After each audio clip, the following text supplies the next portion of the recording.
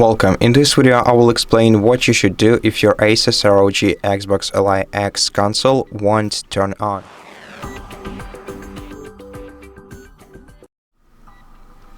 Most common reason for that is because your device is simply discharged.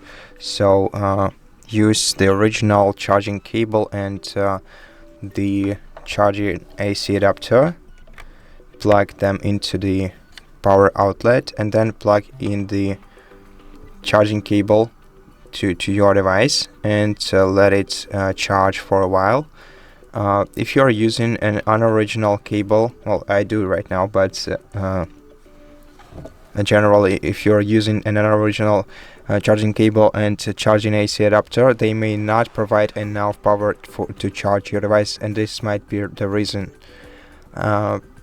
Then once your device is charged enough, just press the power button once to turn your device on. But sometimes this could happen because your device is simply overheated, which is very common in case of a device like this. After a long gaming session, the device might be overheated, so just leave it for a couple of hours. Don't even plug in the charging cable. After a couple of hours, plug in your charging cable after a couple of hours of standby of your device, and then try to charge it once again, and then try to power it on afterwards. Sometimes it might also be caused by your device being exposed to extremely cold temperatures, and generally speaking, depending on how hot or how cold the temperature was that your device was exposed to, you may even have to leave your device for up to half a day to recover from that, and only then do you start recharging it, charging it, and restarting it. Now, you can also perform a forced restart by holding the power button for about 10 to 15 seconds, and sometimes this also helps.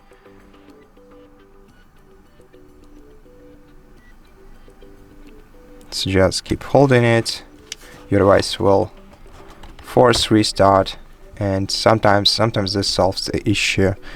But generally speaking, if even after a long recovery your device doesn't want to turn on, that this might mean that there is a hardware issue.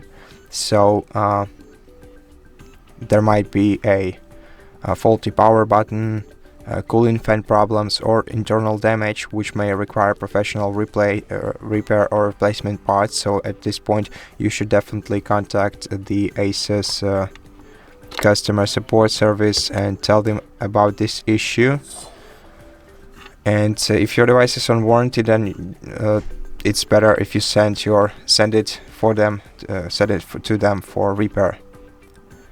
And that's it for this video. I hope that it helped you, and if it did, please consider subscribing to our channel, leave us a like and a comment below, and I'll see you in the next one.